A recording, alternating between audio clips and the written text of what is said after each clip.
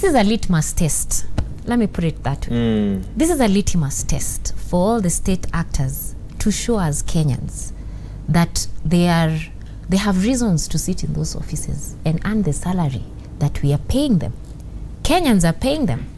And actually the big blame goes to the middle class, you know, the taxpayers, the majority taxpayers in this country. Their work, the so-called the professionals, we sit and it's all right, you'll still pay your tax. It's okay, they've stolen again this time around because I want to put on my tie and go to my office tomorrow. It's all right, let's park these things on the side. Let the ones who are willing to deal with these things deal with them. Yet they are the ones paying the taxes, you know. At the end of the day,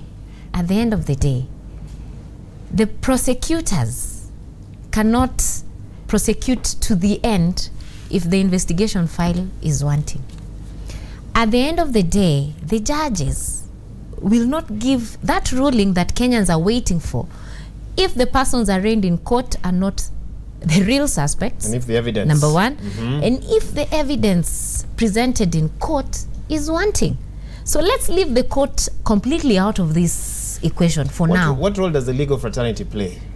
Because there are those who would say that while both of you, and I'll exclude Dr. Makanda from this one, while both of you speak very lofty words, that it could be a situation of the pot calling the kettle black, because there are those who say that it's the lawyers who go behind and change witnesses' minds, they'll go and bribe them, it's the lawyers that will look for loopholes to manipulate the system, yet they know fully well that there are questions about their clients. I don't know how any of you would want to respond. No, I'd want to say this. One, an advocate has a professional responsibility to represent their client to the best of their ability. And it has to be done within the confines of the law. That's the thing. And therefore, an accused person, for example, has a right to, let's say, two basic rights. One is a right to a fair hearing, and two is a right to legal representation. And that's why it comes in, that in criminal cases, the burden of proving that case beyond reasonable doubt lies squarely on the prosecution. Yes? And for me, as an advocate, when I'm taken and I have a case, my work is to ensure that I poke holes as much as I can into the evidence that has been submitted by the prosecution. Yes? So that now we can raise this reasonable doubt. It is our job, that is what we are doing. But now, if, for example, you have a watertight case that is presented before court, one that has been properly investigated, one that has been properly reviewed by the DPP, and one that the prosecutors are well conversant with, and they know each and every loophole, wherever it can be, and it has been sealed. There is no way I can manage to poke those holes.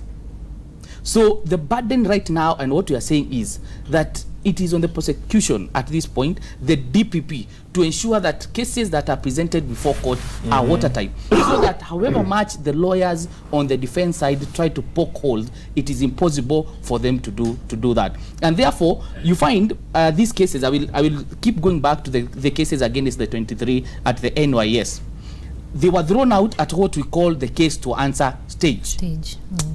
The case to answer stage is after the prosecution has adduced all its evidence, the witnesses have been examined by the defense counsel, and at that point the court has to make a determination whether the prosecution has made out a prima facie case.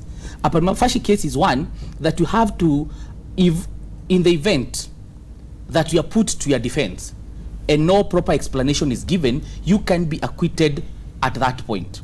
And what is required is that you have made out the best case that you can at that point, and it is only possible if the defense gives a plausible explanation that they can escape.